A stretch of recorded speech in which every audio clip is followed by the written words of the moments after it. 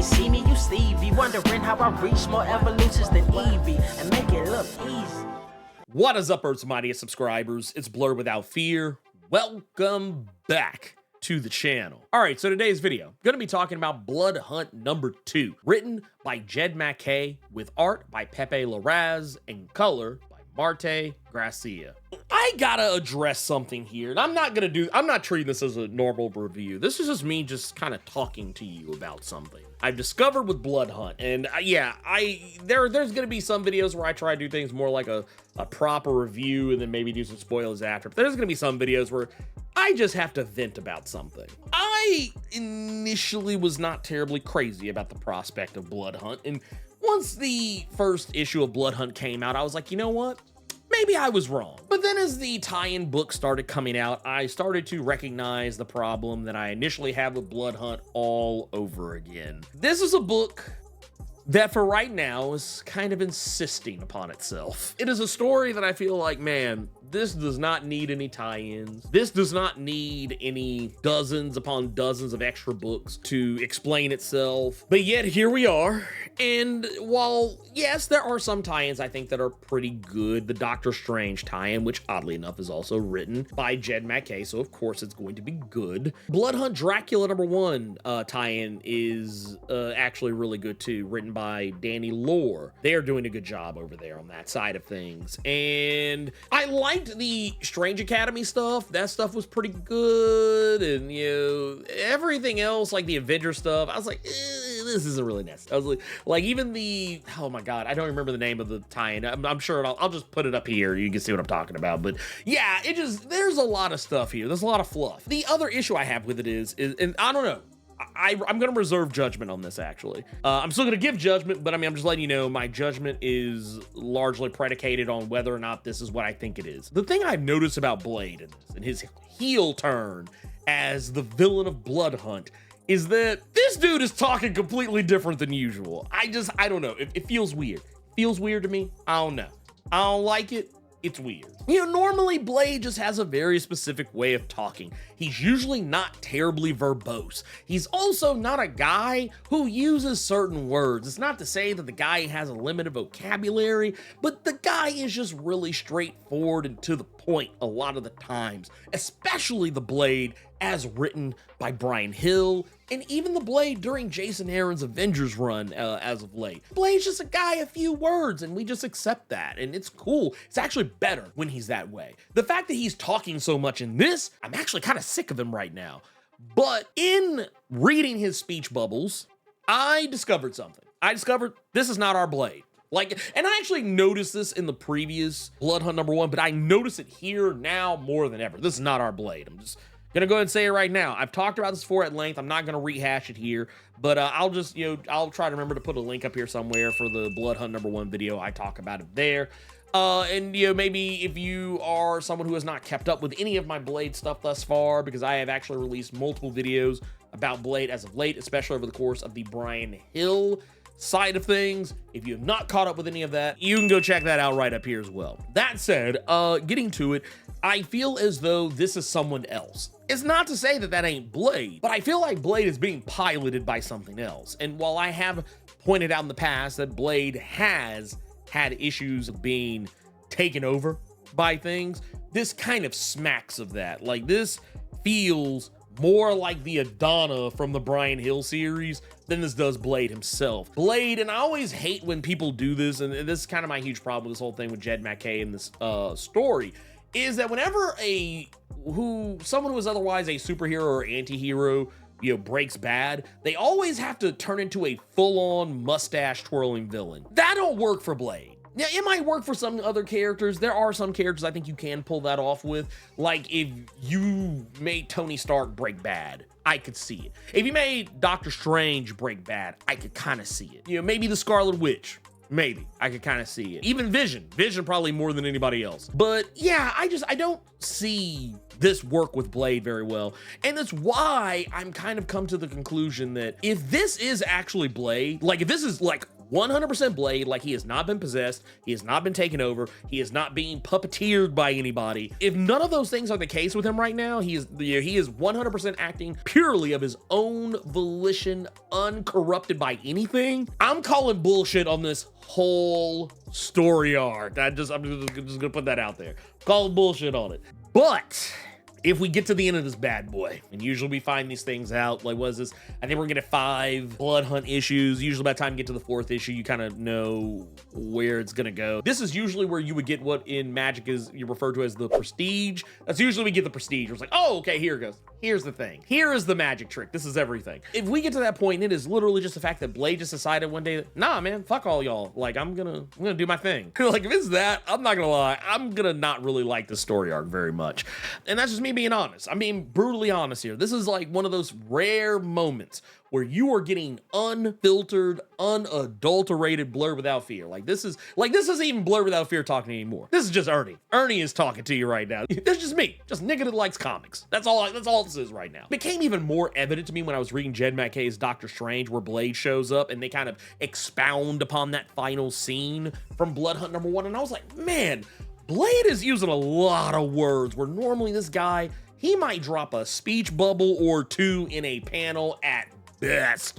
This dude was giving out a whole diatribe about what he was doing, explaining his plan and all this other stuff. It was like, I was like, bruh, this is not Blade. I was like, this is not Blade at all. And I get it, maybe we're not supposed to see him as, the Blade we know because he's had a heel turn here, but at the same time, I feel like no one goes through that dramatic of a change and completely changes their personality, as a whole as well. You're usually going to be about roughly the same person you always were. This is basically the equivalent, like, when people were really upset in X-Men 97 when Madeline Pryor was revealed to be the clone and she just, on a dime, just was like, like she was total mustache twirling villain, or in this case, hair flipping villain. That's what this feels like. This feels like that, only very unearned, because at least in X-Men 97, I can say, well, it's because she has Sinister's genes in her, and, the genes have taken over, so therefore, she's starting to act more like him. Like, I can shorthand my way through that shit.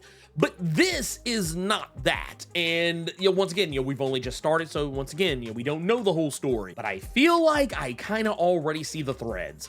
And I'm hoping I'm wrong. Like, this is one of those moments where I absolutely pray that I am wrong here. And if I am, no one will be more happy than myself. So for me, I personally feel like, after witnessing some things take place in this issue, namely characters like Captain Marvel and Vision, who completely subjugate Blade's half-ass dark force energy field around the planet Earth that's supposed to block out all of the sunlight and moonlight across the entire planet. Captain Marvel and Vision were able to do something that I feel like could have just as easily ended the whole thing. When Vision takes one of the Blood Coven up into the stratosphere, literally exposing them to the sun, like, he's able to penetrate the dark force. Like, it is something he can actually fly through and return back through. And when he does this, this also opens up the sun to Captain Marvel, who is also able to shoot a blast up to further break open the dark force energy. Now, that said, it creates a light around them that basically kind of causes the Blood Coven to go run and hide in fear. That part is all well and good. But now it begs the question that, well, once the X-Men come into play in this, because we know they are going to come into play in this, maybe not like in mass, but just in like some small doses, I feel like Jubilee has proven recently she has the power to pretty much eradicate every vampire in her presence. The plasmoids that she's able to generate, we recently saw her in the X-Terminators series completely devastate an entire army of vampires using her powers, like pretty much wiping them completely off of the table. There are actually 4 X-Men tie-ins that I'm aware of. There's one for Laura Kinney, aka Wolverine. There's also just a Wolverine tie-in as well, but I'm not really counting that. There's also an X-Men Blood Hunt Psylocke, an X-Men Blood Hunt Magic, and an X-Men Blood Hunt Jubilee. There's a very specific reason why they made sure there was no X-Men Blood Hunt Dazzler, because Dazzler could have easily shut this whole thing down. because she would be able to replicate the light of the sun in some way, shape, form, or fashion and completely nullify this whole thing. And I feel like a character like Dagger, if Captain Marvel and Vision were able to do what they were able to do, Dagger should be able to shut this shit down as well. Like, I don't know. I feel like there's very easy ways to get around a lot of this stuff if they are put into play. As I often say, if every character did the thing that, you know, they could do, if they could do everything that they could do in a story, then most stories wouldn't last very long. That said, in this particular instance, considering these characters are present and none of them, you know, as far as we know yet, have thought to do this, it's safe to say they aren't, considering that they have issues that take place smack in the middle of the story and the story still persists after it. It's safe to say they're not going to do those things. But that's the beef I have with this, is that, you know, it's better when those characters are just written out.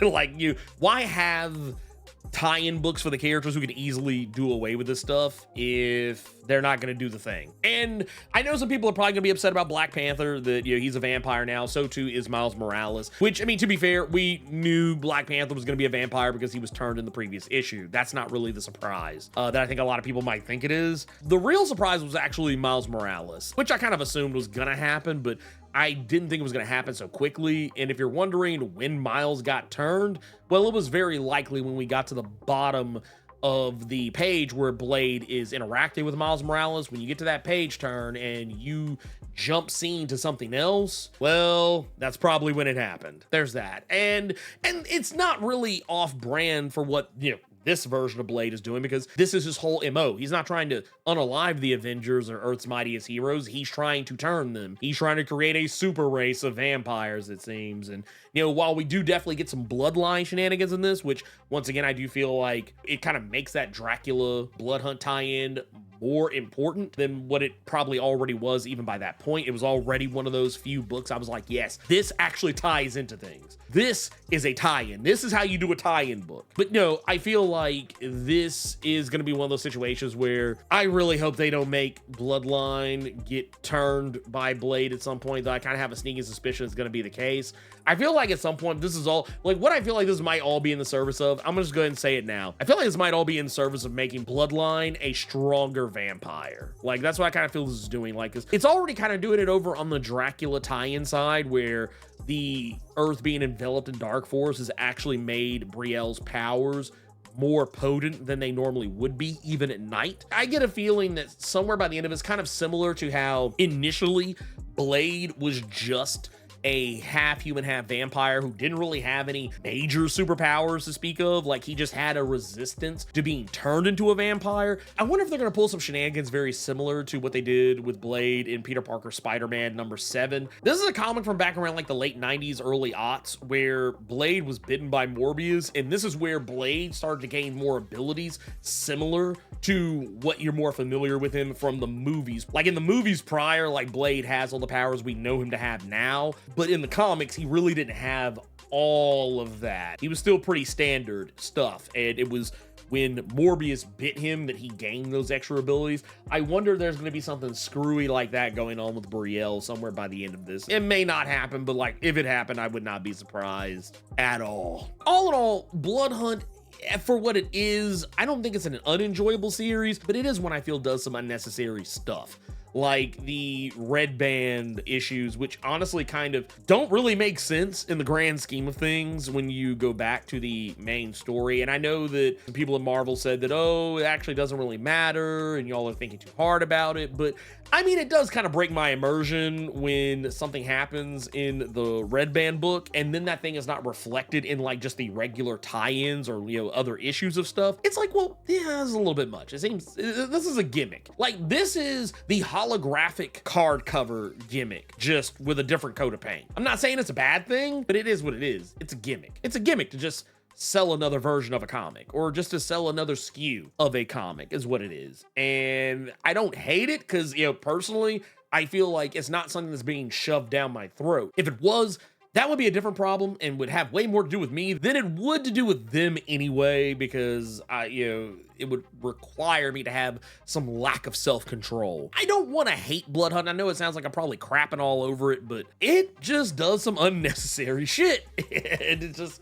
I don't know. I'm hoping, like, I'm going to stick with it. I'm hoping that I'm proven wrong on all of this, but man,